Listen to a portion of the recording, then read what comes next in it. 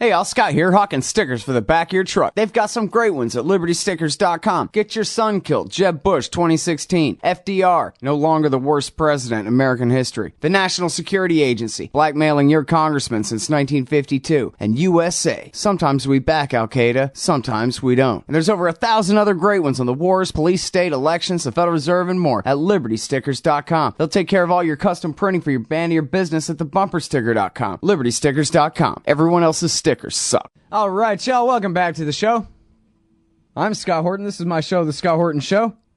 We're at Liberty Express Radio, No Agenda Radio, ScottHorton.org, Anomaly Radio, and everything radio. And you can find my full interview archive, more than 3,000 interviews now, going back to 2003 at ScottHorton.org. Next up is Flynt Leverett. He's formerly of the CIA, the State Department, and the National Security Council. Now he is a professor of international affairs at Penn State and is co-author with his wife Hillary Mann Leverett of Going to Tehran, Why the United States Must Come to Terms with the Islamic Republic of Iran. Welcome back to the show. Flynt, how are you doing? Very good, Scott. Good to be back with you. Good times. Happy to have you here. You just got back from Iran, correct? Going to Tehran and everything, huh? That's right. We were basically there the first week of October. So how'd it go? Did you make a nuclear deal?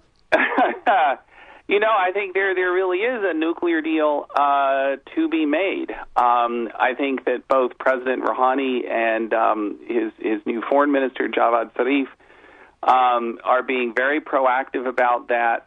We've had a number of conversations with Iranian officials, and I think, they're outlining their approach to a deal in Geneva today and tomorrow, and it's very, very straightforward. Iran is prepared to do any number of things proactively to address any concerns that the United States or anyone else in the international community might have, that the Iranian nuclear program is somehow meant to give Iran nuclear weapons. At the end of the day, they will abide by, they will ratify and implement the additional protocol, accept more intrusive verification and notification instruments with the IAEA. I think they might be prepared to put some limits on the scope of their uranium enrichment activity. But, they're going to increase transparency, but in return, they are going to want their nuclear rights recognized. They have a right as a sovereign state. They have a right as a signatory to the Non-Proliferation Treaty to enrich uranium for peaceful purposes under international safeguards. And they are going to want the United States and its British and French partners to recognize that legal, political, and physical reality. And they are going to want this issue resolved, and they are going to want sanctions lifted as part of the resolution. That is the straightforward way of doing this, greater transparency in exchange for recognition of Iran's rights. That's the deal that could be had today. Well, and they're already saying what percentage of that is already their position going into this thing? Yeah, I mean, I'm just outlining their this is what they already said. Yeah, and I think that at Geneva today, I think that Dr. Zarif and his colleagues are outlining, here are the things Iran is prepared to do to make sure that... Flint, honestly, at first, I was pretty sure that's what you're doing. You were just summing up what they said, but then you went on and on and on like that, and I thought maybe I kind of missed it, and what you were saying was, here are the outlines of the deal that one could imagine or something, and that I had misunderstood you. But no, really, that's as much as the Iranians have said already, the additional protocol and all the rest of it. I think that's right. I think that's basically the outline of the package that Zarif and his colleagues have put on the table at Geneva today. Yep. And which, by the way, not that it's that big of a deal or anything, but is exactly the outlines of the deal that we've been talking about, is the obvious outlines of the deal on this show for years and years now, and of course in your writings and everywhere else. It's the deal that everybody knows. Yeah, that's one of the strengths of the Iranian proposal. It actually is congruent with reality. Yeah, right, exactly. It's well, let's see. We know Netanyahu's going to have a fit if you keep going up to 20%. So how about you just keep it at 3.6, and we'll, additional protocol so that we can inspect some non-nuclear facilities, like where you make the centrifuges, because that'll make somebody happy. These kinds of things, and inspect more proactively. Yeah. Yeah. So it's funny to hear, in the TV news media, the way they sum these things up all the time. You would think that they have some secret facilities that have never been seen by the IAEA before, that perhaps, I'm paraphrasing CNN International from this morning, that, perhaps now we'll finally have access to these. But they don't have anything like that, do they? No. It's been kind of a fantasy of Israeli intelligence, some Western intelligence agencies for years, that there's like this parallel program somewhere, that there are these publicly declared facilities that the IAEA inspects, monitors, has cameras in 24/7, all of this stuff. But then somewhere, there's this whole other infrastructure that, no one other than, a handful of Iranians know about, and this is where Iran's really working on the bomb. It's just, for no lack of effort on the part of these intelligence agencies, there's not one single shred of actual evidence that anyone's been able to put forward that this parallel infrastructure exists. It's just, I think basically a fantasy. But everything that we do know they have, Natanz and Fordo and Isfahan, however you say that, and the Iraq heavy water reactor, all of this infrastructure, every bit of it is regularly inspected and safeguarded by the International Atomic Energy Agency. Absolutely, all of it is regularly inspected. There are some non-nuclear facilities which the IAEA does not normally have the authorization to inspect. The facility that some people get exercised about now is a military facility called Parchin. And, the IAEA says it wants to come into Parchin and inspect it because they, some intelligence agency, probably the Israelis, have told the IAEA that this is where the Iranians are working on, the high explosives you need configured in a certain way in a nuclear bomb to crush the core of fissile material, start the chain reaction that leads to a nuclear explosion. And the Iranian position on that, and you see lots of press reports, the Iranians refuse to let the IAEA come to Parchin. And, the Iranian response says, first of all, the IAEA has no right to come to Parchin. It's not a nuclear facility. It's part of our safeguards agreement. Secondly, we've already let the IAEA into Parchin twice.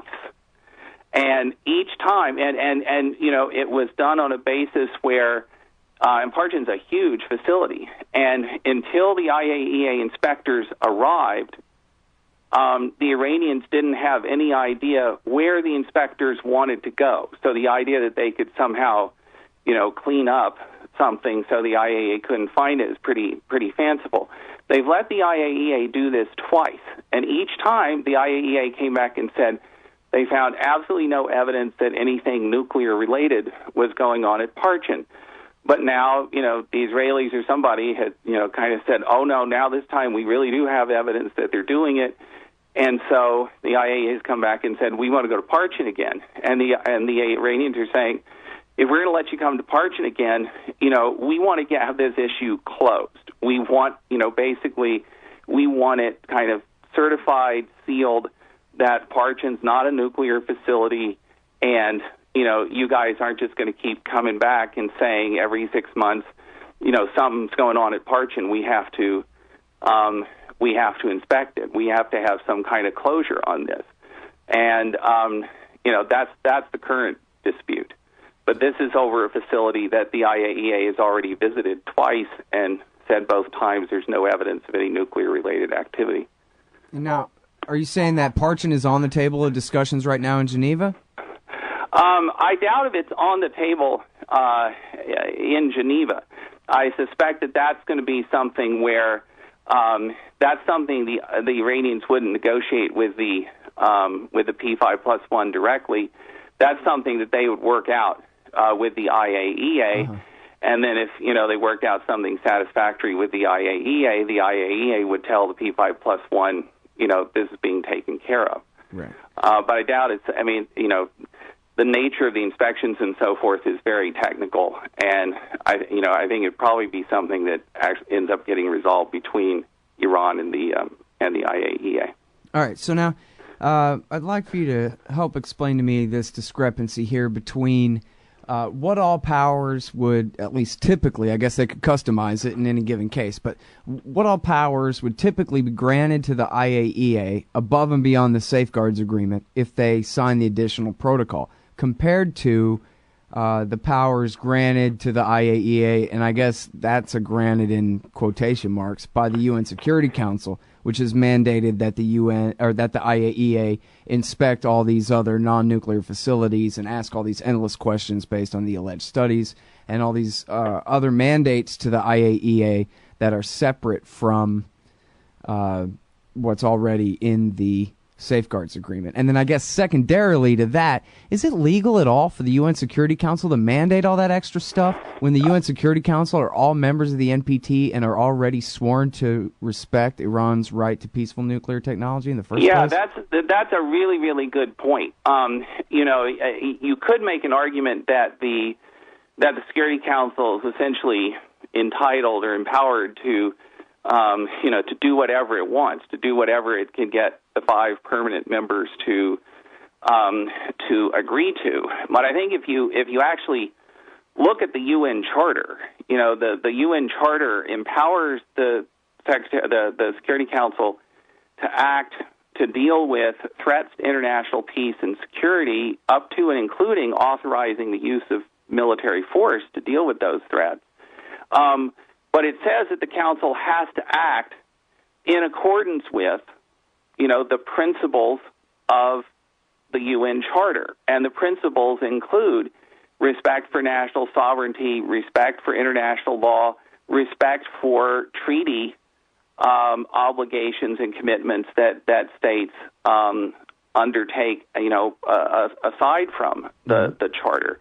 And I think you're exactly right. There's a very powerful argument that could be made that by, essentially requiring the Iranians to give up or to suspend a right, namely the right to enrich uranium under safeguards, which it has both as a sovereign state and as a signatory to the Non-Proliferation Treaty, that the Security Council itself is acting in an, extra legal or, could almost say unconstitutional way.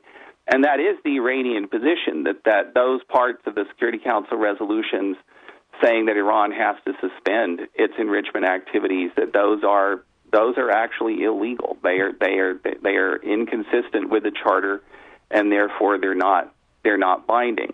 Now, of course, as I said, there is a school of thought that says basically whatever the Security Council says, you have to do. But I think there is a powerful argument the other way. Well, all you have to do is the golden rule thing. If somehow we lost our veto for a week and they said the United States has to do this, that, and the other thing, the United States would say, yeah, you and what army? Yeah, yeah, that's true too. I think in terms of the additional protocol, I think that what the additional protocol would let the IAEA do beyond the standard safeguards agreement is it first of all lets IAE inspectors come and inspect facilities on a much, basically a kind of snap or surprise basis. It's much more feasible for them under the additional protocol, simply to come and say, all right, we're here, we want to inspect this facility, we want to inspect it now, and they have an authorization and they have a legal basis for doing that. In the standard safeguards agreement, it's a little more, sort of procedural. The IAEA comes at regular intervals. If it wants to do something outside of the kind of regularly scheduled stuff, it has to request it well in advance. All of this, this would basically allow the IAEA to inspect much more, I guess you could say in a way, much more aggressively. It also gives them more of a basis for coming in and saying, aside from your declared nuclear facilities, we think we have some concerns about other facilities, And we want to be able to go there in order to make sure there's no undeclared nuclear activity, or make sure that there's no other activity of concern there. And the advance notice for doing that is shorter than it would be under the Comprehensive Safeguards Agreement. So it just lets the IAEA be more proactive and be more kind of assertive, operate on much shorter time frames for some of their inspections activity. Assuming this all works, which I hope it does, not that I even see any controversy over Iran's nuclear program, but whatever. Put the pretended controversy to bed if you can. But then now this is a giant arrow in the quiver of the war party, or at least the sanctions party, that look how well this worked, that all we had to do was deprive their hemophiliac children and their old ladies with cancer of the medicine that they need to stay alive, and they had to give in all our demands. Why, we could put sanctions on all kinds of countries that we hadn't thought of yet. Yeah, well, the sanctions bit is a really two-edged sword, and I think the war party, as you I think quite appropriately put it, the people who want tighter and tighter sanctions, who want children not able to get medicine that they need, they will not be pleased if Obama were to make a deal more or less along the lines we've been talking about. Their view is that Iran should have no right to enrich, should have no centrifuges operating inside Iran. The only piece that would be acceptable for this camp is basically a piece based on Iranian surrender, and I don't think that's really in the cards. Can they stop this from happening, Flynt? I think that for Obama to make the deal that he should make on this issue, he's going to have to spend political capital, confronting and marginalizing those forces who basically don't think there should be any enrichment of uranium allowed in Iran. He's going to have to deal with pro-Israel constituencies. He's going to have to deal with, all of the constituencies that buy into an essentially neoconservative vision for American foreign policy. He's going to have to spend political capital to do that. And I hope I'm wrong, but I'm not particularly confident that he's going to be willing to spend that kind of political capital on this. I also want to say about sanctions. It's a really important question you raised. That even if you look at it, most of the sanctions that the U.S. applies against Iran have at this point been written into law. Many of them started out over the years as what you'd call executive order sanctions. The president cites some general authorities that he has under U.S. law and issues executive orders that impose various types of sanctions on Iran. What the Congress has done, basically, while Obama has been president, and he has, in my view, very foolishly signed all of these bills, is they've taken these executive order sanctions, they've made them law, so that the president can't just unilaterally modify or take back an executive order. They've made them law, and they've spelled out conditions that Iran would have to meet before the sanctions can be lifted. And the sanctions, the conditions don't just deal with the nuclear issue. Under current law, Iran could do what Libya did back in 2002, 2003, basically let the CIA and the Department of Energy come in, dismantle every centrifuge they've got, put them in crates, send them back to the nuclear lab in Oak Ridge, Tennessee. Iran could do that, and under current U.S. law, the administration, President Obama, still could not lift sanctions on Iran because now the law says Iran has to, give up ties to groups that the U.S. government considers terrorist organizations like Hezbollah. It has to reform its internal political order, basically turn itself into a sort of secular liberal republic of Iran. And, you know, I think this is going to be a real problem, even if the administration, you know, manages to get itself into a position where it wants to do the right thing in terms of the diplomacy.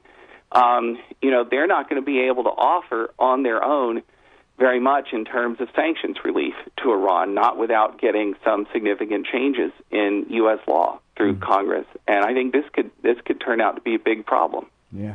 It sounds a lot like what happened to Iraq in the 1990s on the UN Security Council, where the sanctions were permanent. You'd have had to pass a new law to repeal them instead of having to, you know, reauthorize them every once in a while or anything. So Bill Clinton didn't have a let it sunset type of a thing to even as an option. Not that that's what he wanted or anything, but yeah, that's right. I mean, there was a case where you had both bad law and bad policy. I mean, the Clinton administration said even if Saddam complied with all of the relevant UN Security Council resolutions, the Clinton administration would not allow a lifting of UN sanctions until Saddam was removed from power. Right.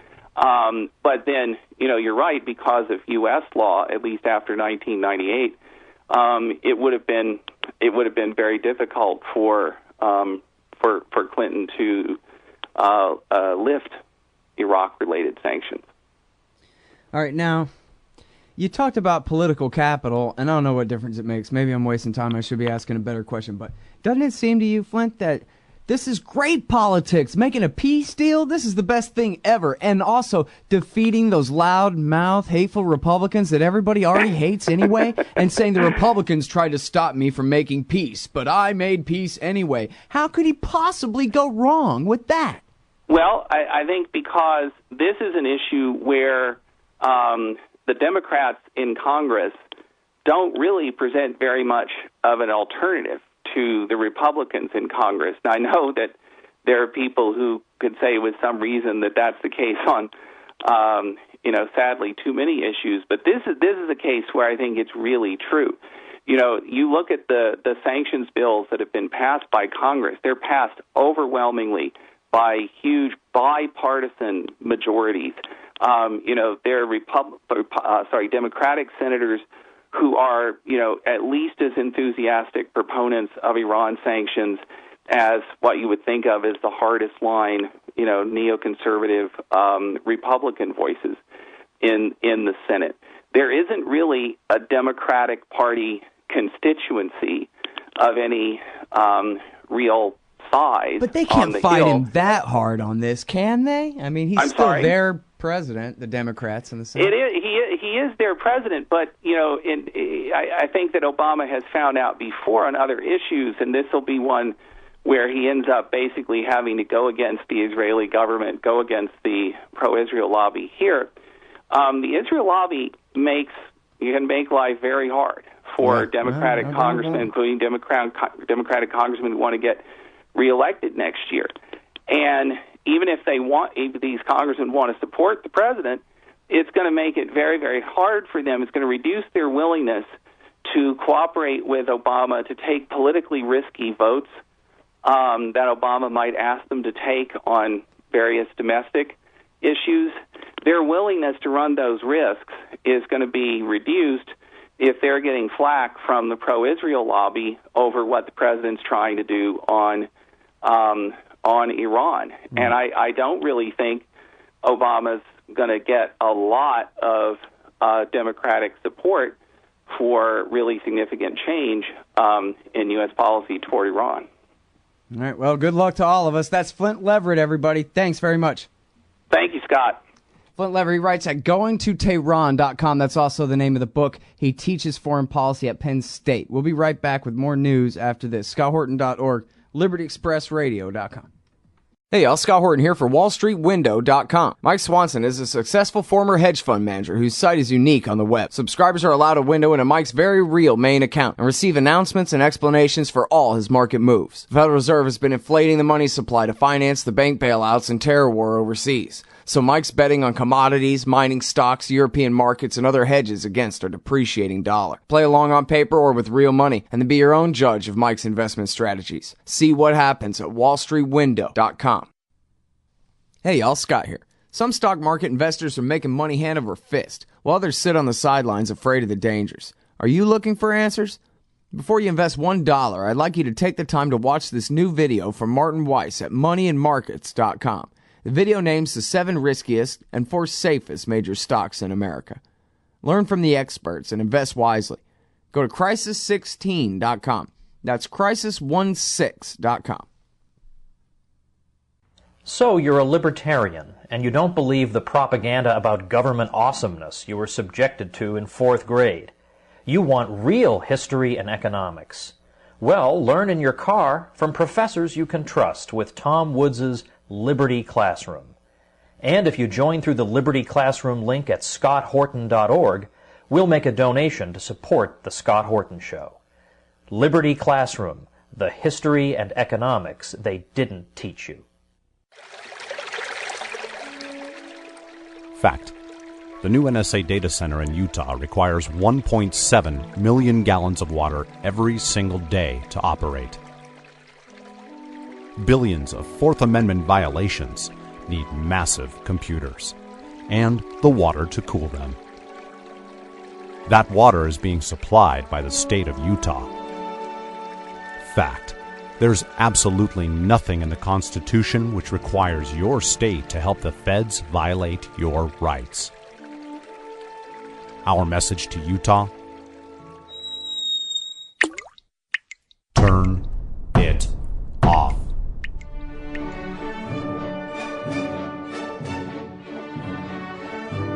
No water equals no NSA data center. Visit offnow.org.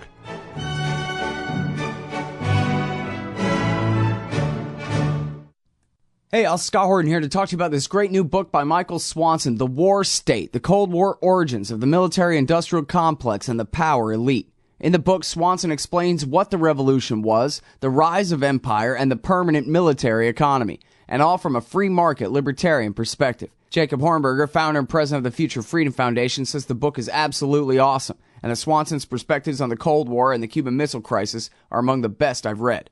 The poll numbers say that people agree on one thing. It's that America is on the wrong track. In The War State, Swanson gets to the bottom of what's ailing our society. Empire, the permanent national security bureaucracy that runs it, and the mountain of debt that has enabled our descent down this dark road. The War State could well be the book that finally brings this reality to the level of mainstream consensus. America can be saved from its government and its arms dealers. First, get the facts. Get The War State by Michael Swanson, available at your local bookseller and at Amazon.com. Or just click on the book in the right margin at scotthorton.org.